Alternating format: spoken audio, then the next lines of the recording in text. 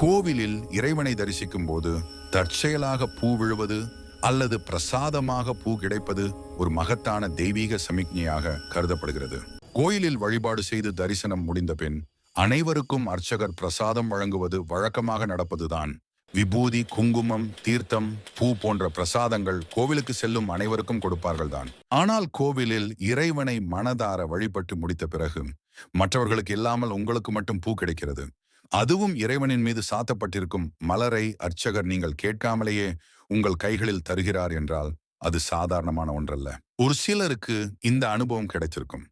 எதிர்பார்த்து காத்திருந்து அர்ச்சகரிடம் கேட்டும் கூட சில சமயங்கள் பூ கிடைக்காது.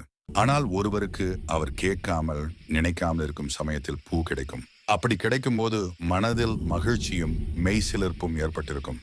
இவ்வாறு உங்களுக்கு பூ கிடைப்பதற்கு என்ன அர்த்தம், அப்படி கிடைத்தால் என்ன பலன் கிடைக்கும் என்பதை தெரிந்து கொள்ளலாம். அதற்கு முன் கோவிலில் உங்களுக்கு இது போன்று நடந்திருந்தால் மறக்காமல் பதிவிடுங்கள். கோவிலில் சிவப்பு ரோஜா கிடைத்தால் துர்க்கை அம்மனின் அருள் உங்களுக்கு உள்ளது.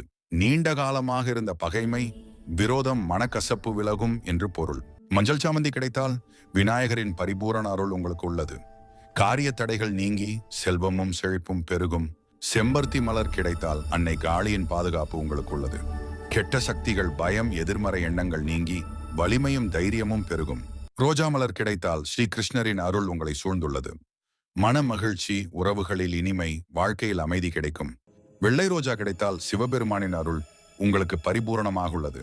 மனதில் தெளிவு, நற்சிந்தனை, ஆன்மீக வளர்ச்சி உண்டாகும். மஞ்சள் ரோஜா கிடைத்தால் சரஸ்வதி தேவியின் அருள் உங்களுக்குள்ளது.